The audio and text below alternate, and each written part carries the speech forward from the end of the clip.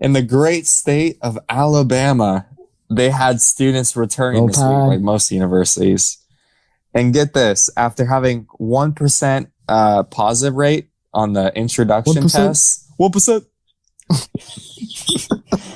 You know, we talk politics on the show. How about that? Bernie Sanders reference. We're cultured. So Alabama, next string of tests, they had 566 positives. Let me say that again. 566 positives. We don't know the exact number of how many they've tested, but the positivity rate was 29%. Let me put this more into perspective. That is more. Wait, so you mean this is supposed to be like golf, where the lower is the better?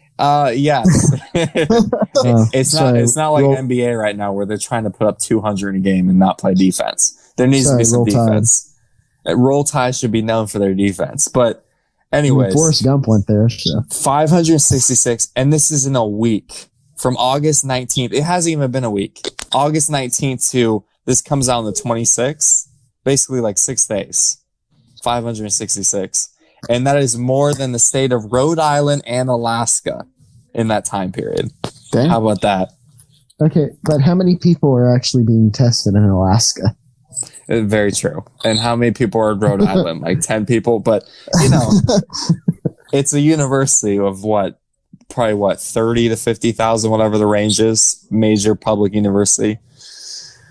But that brings me to Rant Time. Rant Time we got today. Nick Saban needs to shut the hell up. Woo! Give it to him. Let me say that again. And this is directed at Jonathan Thomas. Nick Saban, his God, needs to shut the hell up.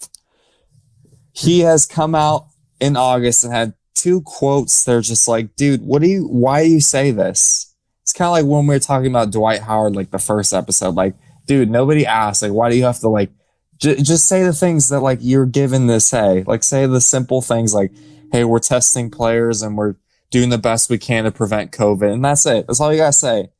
But he said on August 10th that players are safer on campus than at home. What? So you're telling me they're safe in the place that just had 566 cases in like 6 days? So if they made the campus a bubble and got rid of all the students and just had athletes there, I would agree. Yeah, but it's not a bubble. Like that's And the crazy thing is these tests, they're doing like, I think it was called like cluster testing. So they're going to start testing like 1,000 students a week. So there's going to be consistently probably a high number of cases. But with these cases coming out, so the mayor said the truth is that the fall in Tuscaloosa is in serious jeopardy. That's huge. And then with that, they've banned all social gatherings and they've banned all partying, all really any fun on campus. And like they're trying their best to just ban things, and I think they'll stop the cases, which who knows, maybe it will. We'll see. But getting back to Nick Saban, it's just like, dude, it's obviously like a lot better if people are at home with their families where they can kind of make a plan with their families and they're not on their own as like 18 to 22 year olds just trying to figure it out. I disagree. Trying to go. Yeah, shut up.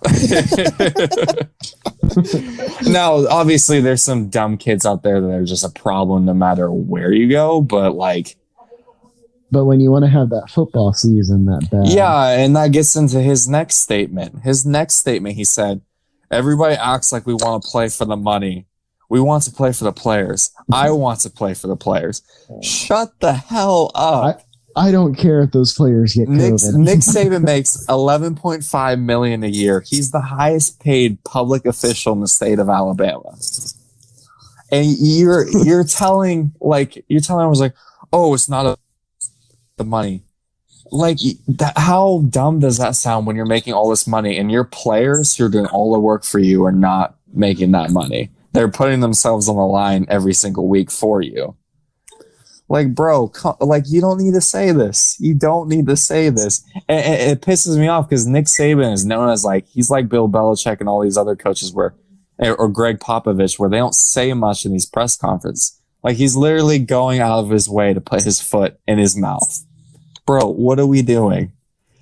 And then it's just like, it's okay to just say, like, hey, the university depends on football to make a lot of money for all these other sports, for all the buildings, all these other things.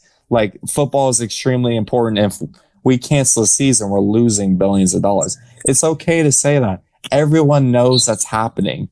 You don't have to lie to us and gaslight us and be like, oh, it's not about the money. No, it is. We get this about the money. And then you can say that and say at the same time, like, hey, we're here for the players. The players get a good chance, all this stuff.